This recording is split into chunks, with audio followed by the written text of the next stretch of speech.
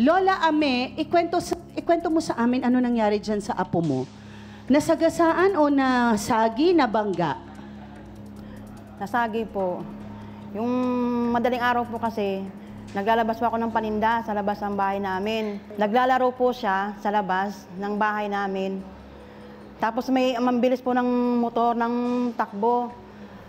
Tapos nadaanan po yung bata kasi nagtatakbo-takbo Teka, po yung bata. okay. Lumabas ka, madaling araw ito na nangyari? Opo. Bakit gising ang apo mo ng 4 years old ng madaling araw? At bakit siya nasa kalsada? Naglalabas na po kasi ako ng paninda. Sumunod sa'yo? Sumunod po sa akin yung bata. Okay. Tapos nagtatakbo po doon, maglalaro po siya. Naglalaro madaling araw, gising Opo, na siya. Gising na po siya. Okay. So ito ba'y laging nangyayari na sumusunod sa'yo? Lagi po Pag kasi. madaling araw, nagigising? Lagi po kasi, ako po yung lola nga naiwan po sa akin yung bata. Ako po yung nag-aalaga. Kayong dalawa lamang. Ano nangyari? Nakita mong nasagi? Opo. Tapos sinugod ko po yung nakasagi. Tinakbo po. Kasi hindi na po namin naabutan kasi ang bilis po ng takbo niya. So parang ang sa tingin mo ay parang na hit and run. Opo. O pagkasaging ganon, tumakbo na palayo. Sa tingin mo ba hindi niya nakita? Lasing po kasi siya eh. Paano mo nasabing lasing? Paano mo nasabi? Nang nakita ko po siya, gumugiwang-giwang po yung Motor niya. At single ba to o tricycle? Single po. Okay. So ano nangyari dun sa apo mo? Yung dinala po namin sa ospital. Tapos yung kumari ko po, kasama ko, nanghiram po ako sa kanya ng pera para madalo po sa ospital yung bata. Okay. Tapos nila ko po doon sa ospital. Ano ang findings sa hospital? Ano nangyari sa apo mo? In-X-ray May po sugat? siya. May bali? May, yung in-X-ray po muna siya. Tapos sabi wala naman daw po galos yung bata, yung gas-gas Walang galos? May bali? wala naman daw. Wala. Swerte ho kayo. So anong problema ninyo? Ano nangyayari? Inano ko lang po kasi yung nakasagasa po sa kanya, hinanap po namin siya kung saan po siya nakatira. Kasi, Nahanap nyo? Nag-ano po kami, nagtanong-tanong kasi malayo-layo din po yun sa kanila, bahay. Pagkatapos, hindi po namin naaabutan lagi. Lagi po siyang wala doon sa bahay nila. Hindi pa ba kayo nagkaharap pagkatapos nung insidente sa apo mo na Hindi pa po, kasi nabangga niya? pinuntahan po Ngayon namin lang ba siya. kayo magkakaharap? Ngayon lang po. Ngayon lang? Opo. Pwes, tawagin natin. Siya ang kaibigan ng nakabangga na saksi sa buong pangyayari. Mark, pasok.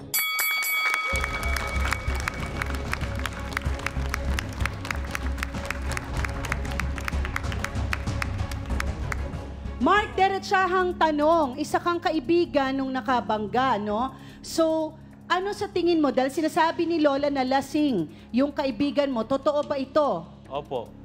Totoo po yun. Kasama ko po siya nag-inom nun eh. Kasama, pero hindi ka angkas? Hindi po. Okay, so ano ang eksaktong nangyari sa apo ni Lola Ame? Kasi po yung alas 7 ng umaga po, nakatambay po ako sa labas nagkakape. Nakita ko po na napabayaan yung apo niya nasa labas. Then dumaan yung kaibigan kong si Raj. Hindi niya napansin yung bata, biglang tumawid. Ngayon, pagtawid ng bata, nasagi yung bata pagkadaan ng motor. Anong nangyari? Nakita mo nasagasaan ba o sagi lang talaga? Nasagi lang po. Nasagi Opo. lang. Okay, alas 7 ng umaga, ang ibig mong sabihin ang inuman nyo kagabi pa.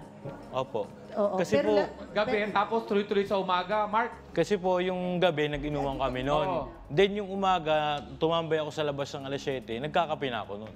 O si Mark, di mo sigurado kung nakatulog na. Ay, si hindi ko Raj. po sigurado. O yun, nag-inuman lang kayo, pero umaga na alas 7. Opo. Kasi mahirap, Mama Carla, kung galing sa inuman, nag-drive ng lasing.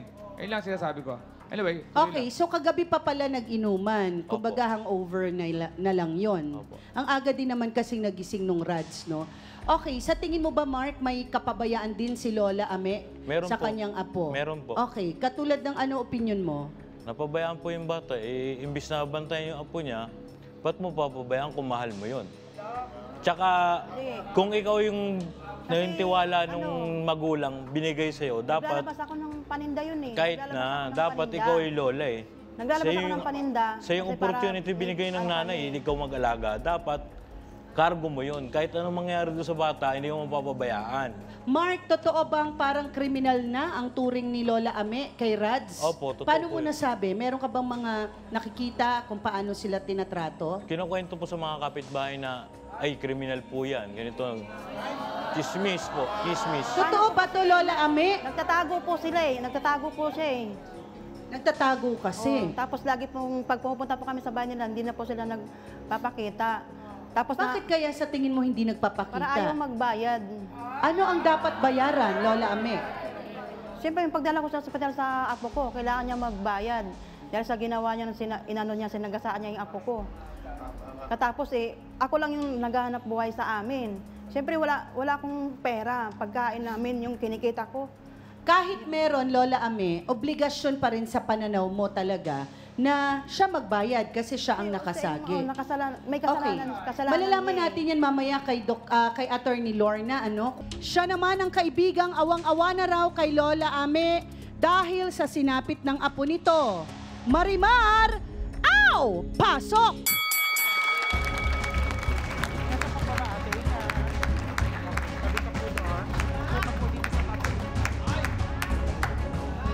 May kamukha, si Mar. Marimar!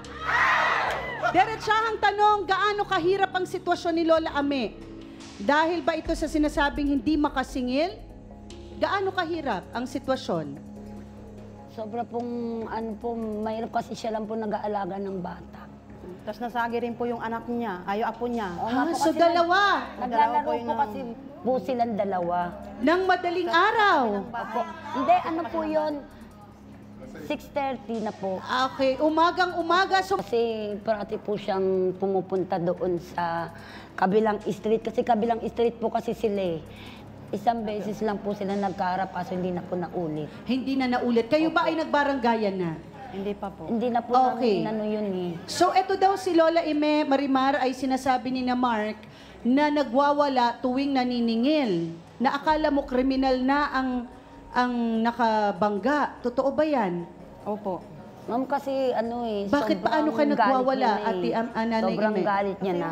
Yung galit ko, sa kanya ko na lang kasi yung ginawa niya na tinakbuhan niya yung apo ko. Opo. Siyempre gumastos na kami, dinala namin sa ospital. Tapos iniwanan ko yung paninda ko. Nakautang ko sa kanya ng 2,000 para maitakbo yung bata sa ospital kasi siyempre hindi makatayo yung bata dahil nasagi nga yung paa. Okay. So, yan nga ba ang pinag-uusapan natin? So, magkano na ba ang nagastos mo at isinisingil mo kay Rads? 2,000 na pa yung nagastos namin. Pero wala pa doon yung ginawa niya. So, magkano lahat? 3,800 dapat yung Nasa masingil 3,800? masingil namin sa kanila. May mga resibo? Opo, may resibo. May mga po resibo kasi. kayo? Ang dalang resibo. Oh, dala-dala nyo. Ayan, kasi para makapaningil kayo talaga ng tama. Siya ang lalaking nakabangga sa apo ni Lola Ame. Humarap ka na, Rads! Pasok! Napagawa mo ka talaga eh. Rads, diretsahang tanong, bakit ka tumigil o bakit ka hindi tumigil nung nakita mo na nasagi mo yung bata? Yan, lasing. Parang nabigla kasi ako nung that time nun, ma'am. Kasi medyo huli din ako nun eh. Kumbaga parang hangover na rin nung time na yun. Kasi nung gabi na nag-inom kami. Tapos, syempre yung kaibigan, hindi ko rin alam na kung umuwi na siya.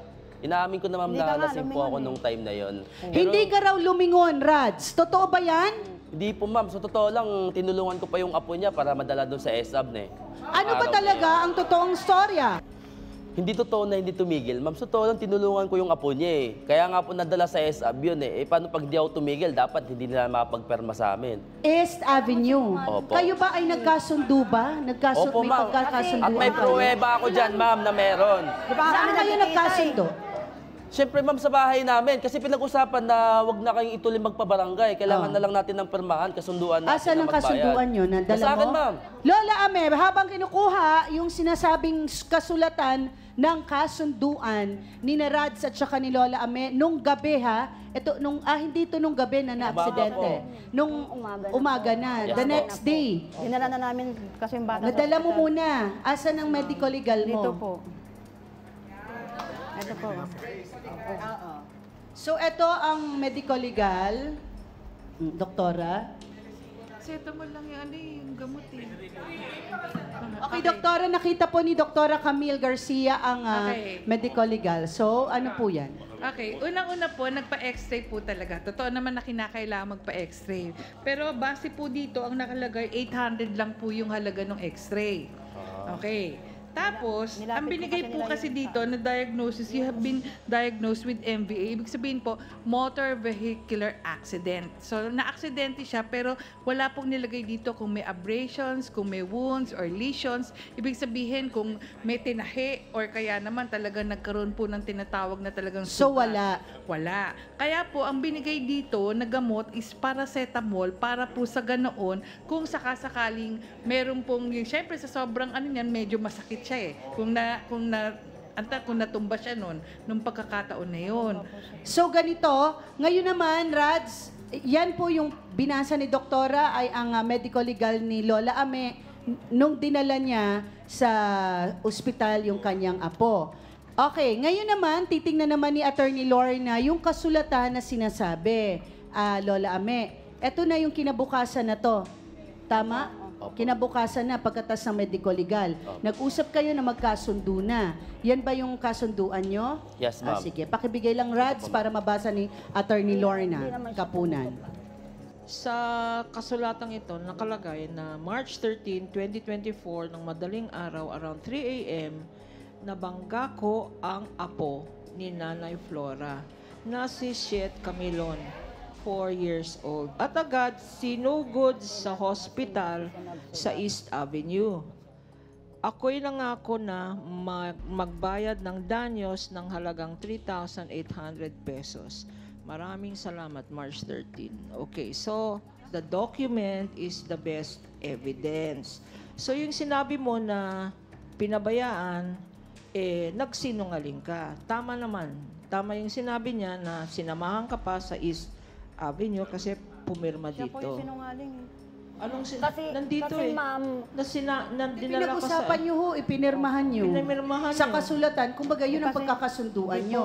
O sige, pakinggan po muna natin si attorney, ha? Pangalawa, miski na nandito sa mga medical receipts mo na 800, pareho kayong nagkasundo, 3,800.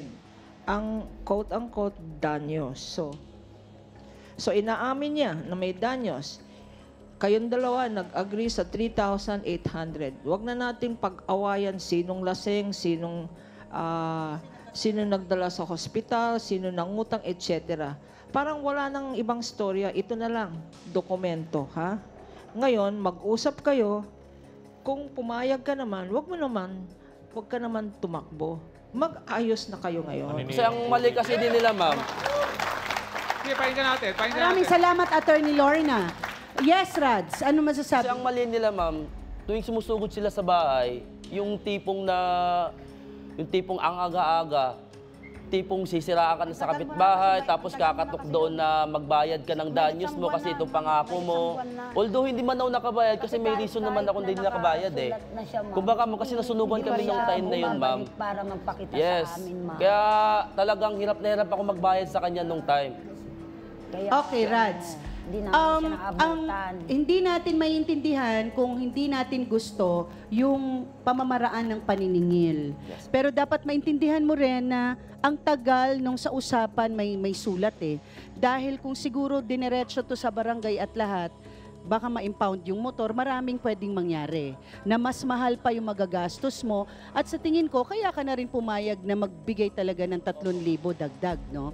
So ang reklamo kasi sa'yo, natatagalan. Pero hindi rin naman dapat na halos kriminal na ang dating ng tao. Kasi meron ka rin pakikipagsunduan, Lola Ame. Kasi nagtatago siya eh. Kailangan sugurin talaga sa bahay nila. Sinisira naman din niya yung pagkatao ng isang tao, kahit na wala kayong karapatan. Lola Ame, hindi ka namin dinidiin. Ang nangyari kasi sa inyo, mayroon kayong pagkakasunduan at may kasulatan. May nakasulat ba doon kung kailan ka magbabayad? Wala na po. Yun nga, wala. Pero syempre, may kasulatan din, Rads. So talagang pareho kayong merong pananagutan at hindi ko sinasabing dapat lang, no, na bastusin nyo ang isa't isa. Hindi ganon. Dapat lang, maobliga kayo. 'Di ba? Kasi pareho kayong nagkasundo at isinulat at pinirmahan.